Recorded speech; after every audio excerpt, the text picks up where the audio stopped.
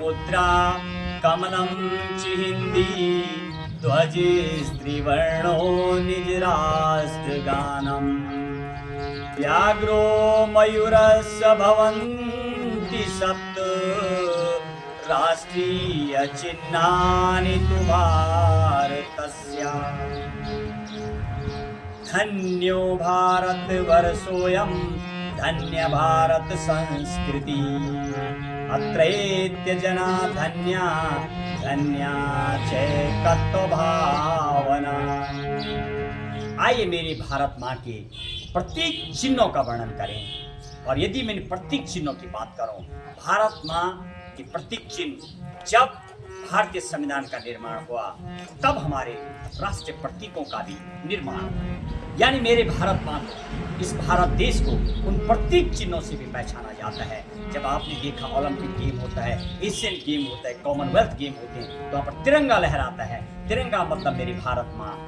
व्याघ्रो यानी बाघ का जहाँ को दृश्य दिखेगा, फुर्ती का प्रतीक है वो मेरी भारत माँ तस्वीर होता है। अशोक मुद्रा जहाँ नजर आएगा वो भारत। आइए इन सब खास तौर पर आज 7 चीजों का वर्णन करेंगे आज। और संविधान के 7 प्रमुख लिखने वाले, संविधान की डिमांड करने वाले, जिनकी अहम भूमिका रही इस संविधान को लिखने में, ये जो मेरी भारत माँ की आत्मा है, ये उनका भी वर्णन करेंगे, उनका नाम बताएंगे आपको। 7 चीजों का वर्णन करेंगे, 7 लोगों का नाम बताएंगे आपको। पहले सबसे प्रथम भारतीय माँ के राष्ट्रीय प्रतीक चिन्ह, वो क्या है 7 प्रतीक चिन्ह, आइए। अशोक मुद्रा कमलम चिहिन्दी ध्वजस्त्रिवर्णो निज राष्ट्रगानम्। अशोक मुद्रा और राष्ट्रीय पुष्प कमल, और भाषा में हिंदी जिसको 140 करोड़ से ज्यादा लोग बोलते हैं, और राष्ट्रीय ध्वज में 3 वर्णों से सुसज्जित तिरंगा, और राष्ट्रीय गान में जन गण मन। 5 अशोक मुद्रा, कमल का पुष्प, हिंदी भाषा, और तिरंगा और राष्ट्रीय गान। और अगला व्याघ्रो मयूरस्य भवन्ति सप्त राष्ट्रीय चिह्नानि तु भारतस्य। और व्याघ्रों का मतलब बाघ, जो फुर्ती का प्रतीक है। और 6ठा राष्ट्रीय पशु में बाघ, व पक्षियों में मोर। बहुत खूबसूरत, जब मोर नाचता है उसका जो कलर होते हैं, उसके जो पंख होता है, मन मुग्ध कर देता है। यानी पक्षियों में जो राष्ट्रीय पक्षी है मोर, ये 7 देश में सुशोभित हो रहे हैं। यानी 7 चिन्ह आपको बताए गए। और सबसे बड़ी बात, 7 देख आज हम जब वर्णन करेंगे, 7 जिस तरीके से 7 कलर होते हैं सूर्य भगवान के, इंद्रधनुष के 7 कलर होते हैं, 7 फेरे होते हैं। विश्व में मेरे भारत देश का क्षेत्रफल की मैं बात करूं तो 7वां स्थान है मेरे भारत देश। और इसके अलावा सप्ताह में 7 दिन होते हैं। और जब कभी जो मेरे भारत देश के ग्रंथ हैं, यानी काव्य ग्रंथ, आरण्यक, ये तमाम का जो अध्ययन होता है 7 दिन का होता है। यानी 7 का कोई मीनिंग होता है, प्रत्येक दिन एक दिन का कोई मीनिंग होता है। शादी में जो 7 फेरे होते हैं, एक फेरे का अलग अलग लेख होता है। हम आपको किस टाइप के बता रहे हैं। और 7 दिनों का सप्ताह, और जिस तल में आप रहते हैं इसको मृतलोक बोला जाता है, बताया जाता है, लिखा है ग्रंथ में। 7 तल ऊपर हैं, 7 तल नीचे हैं। इतल वितल सुतल तलातल महातलातल, इनके नाम हैं, जैसे स्वर्गलोक। और इस तरीके से 7 लोगों का वर्णन। और विश्व के जो हमारा जो भारत है, हमारी जो बाउंड्रियां हैं, म्यांमार, नेपाल, चाइना, पाकिस्तान, ये 7 जो देश हैं, ये भूटान, ये 7 देश मेरे भारत माँ की जो बाउंड्री है उसके साथ साझा करती हैं बाउंड्री, यानी 7 देश।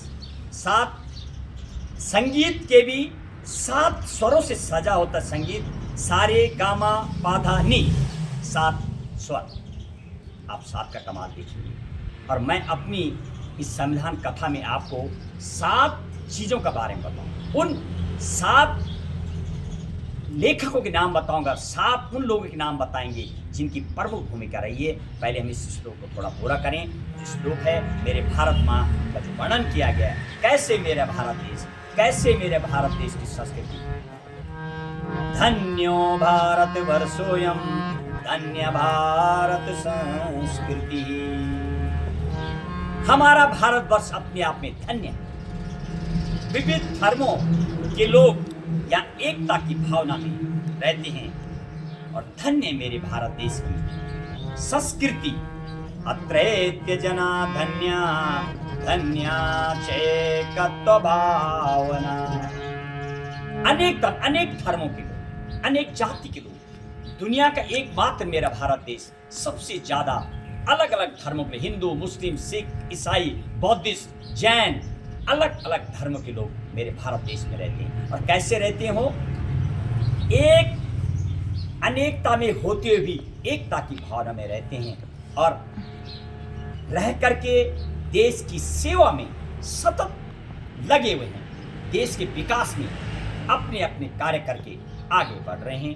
अत्रैत्य जना धन्या धन्या चैकत्व भावना। और इसीलिए धन्य मेरे भारत देश की संस्कृति। किसी अंतरराष्ट्रीय कवि ने कहा है मेरे भारत देश के लिए, तो भारत देश है भारतस्य प्रतिष्ठया संस्कृतम संस्कृतस्य, यानी भारत की प्रतिष्ठा विश्व में मानी जाती है, क्योंकि यहाँ का जो 3 चीज, संस्कृत भाषा जो हम आपको वर्णन करें, इन दुनिया जब ब्रह्मांड का निर्माण हुआ था तब भारत की संस्कृत भाषा, इन संस्कृत को भाषाओं की जननी भी कहा जाता है। यूनान की यूनानी भाषा और संस्कृत धरती में सबसे पुरानी भाषा है। इसीलिए संस्कृत, जैसे कि आपने देखा हमारे जो काव्य, ग्रंथ, आरण्यक तमाम जो हैं वो संस्कृत में लिखे गए हैं। आप अंदाजा लगे कई हजार वर्षों पूर्व हमारे वेद, पुराण, काव्य ग्रंथ तब लिखे गए संस्कृत में। और यदि मैं कुरान की बात करूं, अरबी और उर्दू में लिखी गई है। हर धर्म को मेरे भारत माँ में जगह दी गई है। गुरु गोविंद साहब का ग्रंथ पंजाबी में लिखा गया है। आप यदि बाइबल की बात करेंगे तो इंग्लिश में लिखा गया। लेकिन धरती में संस्कृत जो भाषा है, जो वाणी है, ब्रह्मांड के साथ, यानी ब्रह्मांड का जब उत्पत्ति हुई थी तभी संस्कृत की उत्पत्ति हुई थी। यही कारण है ये भाषा को एक देव भाषा भी कहा जाता है। और जिस कवि ने कहा है संस्कृत धन्य मेरे भारत देश की संस्कृत और यहाँ की संस्कृति और यहाँ की संस्कार। अभी आपने देखा था एकदम जागता जागता एग्जाम्पल, यदि मैं आपको बात करूं, हमारे देश का भी चैंपियंस ट्रॉफी मेरे भारत देश ने जीती है। क्रिकेट बहुत पॉपुलर गेम है देश, और ये भी बड़ी दिलचस्प है। 7 ट्रॉफी आईसीसी जो अंतरराष्ट्रीय ट्रॉफी हैं वो जीते मेरे भारत देश ने। अंदाजा लगाइए, 7 ट्रॉफी वनडे में भी जीता है, 2020 में भी जीता है। चैंपियंस ट्रॉफी में साफ देखा गया अंतरराष्ट्रीय सच ए लेजेंडरी क्रिकेटर विराट कोहली, जब वो एक बहुत फेमस क्रिकेटर मोहम्मद शामी जो कि मुस्लिम समुदाय से हैं, मेरे देश के लिए खेलते हैं, उनके पैर जब उन्होंने छुआ तो पूरे विश्व ने देखा धन्य है मेरे भारत देश की संस्कृति। ये वर्तमान का प्रूफ है, यानी टच करके दंडवत किया जाता है और आशीर्वाद किया जाता है। ये तमाम दुनिया ने देखा। ये अभी मैं आपको वर्तमान की एग्जाम्पल दे रहा हूँ। और कैसे, इसीलिए विश्व के लोग आप देखते हैं इस भारत देश की संस्कृति में आते हैं। सबसे ज़्यादा विदेश में रहने वाले मेरे भारत देश के लोग हैं। आइए आगे अब मैं आपको उन 7 लोगों का वर्णन करूँगा जिन लोगों की इस संविधान में अहम भूमिका रही है लिखने में। उन 7 का नाम बताऊँ, बहुत दिलचस्प जानकारी के साथ ही चीज़ों पर।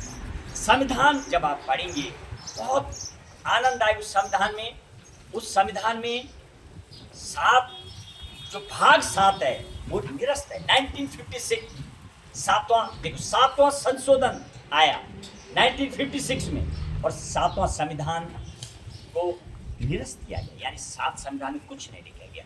जिस तरीके से कोई 7 भाई होते हैं, एक भाई के विचार नहीं मिल रहा उसको अलग कर देते हैं, भाई अलग रहो, खुश रहो। अलग नहीं माने तो गांव से भी उसको अलग कर देते हैं, थोड़ी दूर रहिए लेकिन देश में रहेगा। वैसे ही संविधान का मैं 7 संविधान की बात कर रहा था, भाग 7 निरस्त किया गया है 7वां संशोधन से 29 वहाँ जो धारा है 29 धारा उसके अंतर्गत। अब मैं आपको आज 7 उन लोगों के नाम बताने वाला हूँ जिनकी संविधान के लिखने में बहुत अहम भूमिका रही है। उन 7 संविधान की लिखित प्रक्रिया में 7 लोगों की अहम भूमिका। सबसे पहले Benegal Narasimha, he was the legal adviser थे, यानी कॉन्स्टिट्यूशन लीगल एडवाइजर थे बेनिगल नरसिम्हा राव। पहले भारत के CJI रहे इंटरनेशनल कोर्ट में चीफ जस्टिस और ICJ international court of justice में पहले जज रहे हो बेनिगल नरसिम्हा। उन्होंने लगभग 60 देशों के संविधान का अध्ययन किया, फिर वो लिख के लाते थे ड्राफ्ट। और फिर वो जो समिति थी 7 समिति के लोग, उनके भी नाम बताऊंगा आपको। 7 जो मौलिक अधिकार दिए गए थे उनका भी नाम बताऊंगा। 7 जिन्होंने सबसे पहले संविधान को लिखने की मांग की उनका भी नाम बताऊंगा। 7 चीज का वर्णन करूंगा, ये आपके काम। आइए 7 दूसरा जो नाम बता रहा था आपको, डॉक्टर राजेंद्र प्रसाद। जब संविधान सभा का निर्माण किया गया था 1946 में, तो उसकी जो जब कंप्लीट हुआ था 26 नवंबर 1949 को, तो उससे पहले जब ड्राफ्टिंग होती थी तो उसकी जो सभा जब बैठती थी उसकी जो सभा का नेतृत्व करते थे डॉक्टर राजेंद्र प्रसाद। बेनिगल नरसिम्हा राव, डॉक्टर राजेंद्र प्रसाद और तीसरे डॉक्टर भीमराव अंबेडकर, जो अपनी समिति 7 लोगों के साथ लिख के करेक्शन करते थे।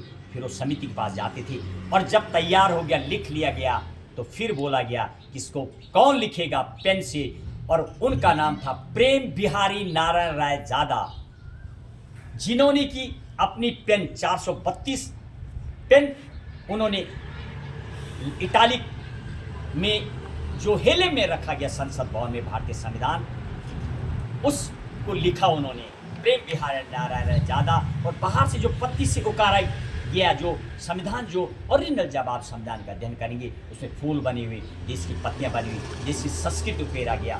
तो शांति निकेतन के 2 थे, राम मनोहर सिन्हा और नंदलाल बोस, यानी 6 नाम आपको बताए। बेनिगल नरसिम्हा राव, डॉक्टर राजेंद्र प्रसाद, डॉक्टर भीमराव अंबेडकर, प्रेम बिहारी नारायण राय जादा और नंदलाल बोस, राम मनोहर सिन्हा। और जब कंप्लीट हो गया 7वां नाम, सब पेज पे उन्होंने वही फीस मांगी अपनी, सब पेज में उनका नाम प्रेम बिहारी नारायण राय जादा का। और आखिरी में उन्होंने कहा मेरे दादा मास्टर जो मेरे रहे, जिनसे मैंने शिक्षा दीक्षा ली है, मास्टर राम प्रसाद सिन्हा, यानी मास्टर राम प्रसाद सक्सेना, राम प्रसाद सक्सेना उनके दादाजी का नाम था। आखिर जब आप संविधान पढ़ेंगे उनका नाम। आइए अब मैं आपको 7 उन लोगों का नाम बताऊंगा जिन लोगों ने पहले जो इस भारत देश को आज़ाद होने की कल्पना करते थे, सपना देखते थे संविधान लिखा जाएगा। तो उन लोगों का नाम 1895 में सबसे पहले बाल गंगाधर तिलक ने डिमांड की थी कि मेरे देश का संविधान होगा, कैसे मेरे देश के लोग रहेंगे, क्या होगा, उस बारे में। और 1918 में मदन मोहन मालवीय जी ने डिमांड की। 1922 में महात्मा गांधी, आप अंदाजा लगाइए, महात्मा गांधी 1922 में और 1946 में लिखा गया। सपना कितना पहले देखा। और चौथे नंबर पर आता है 1924 में तेज बहादुर सब्रो, जिन्होंने भारत के संविधान की बातें की, हमारा एक संविधान होगा, हम संविधान लिखेंगे। और 1928 में मोतीलाल नेहरू ने, और यदि 1934 में एम एन रॉय, जेल में भी रही एम एन रॉय, 1934 में उन्होंने डिमांड की थी। और 1936 में फैजपुर का जब अधिवेशन हुआ था उसमें भी डिमांड की गई। और यदि आप नाम की बात करेंगे तो पंडित जवाहरलाल नेहरू 1938 में उनके द्वारा भी संविधान की मांग की गई, सपना देखा गया। 7 नाम आपको बताए हैं, यानी बाल गंगाधर तिलक, मदन मोहन मालवीय, महात्मा गांधी, तेज बहादुर सब्रो, मोतीलाल नेहरू और पंडित जवाहरलाल नेहरू, एम एन रॉय, ये 7। आइए 7 अब मैं उन लोगों के नाम बताऊंगा जो पांडुलेखन समिति, 4 नाम से जाना जाता है, पांडुलेखन समिति, मसौदा समिति, ड्राफ्टिंग कमेटी और प्रारूप समिति, जिनके द्वारा ये तैयार किया गया था जिनके द्वारा लिखा गया उन 7 समिति के नाम।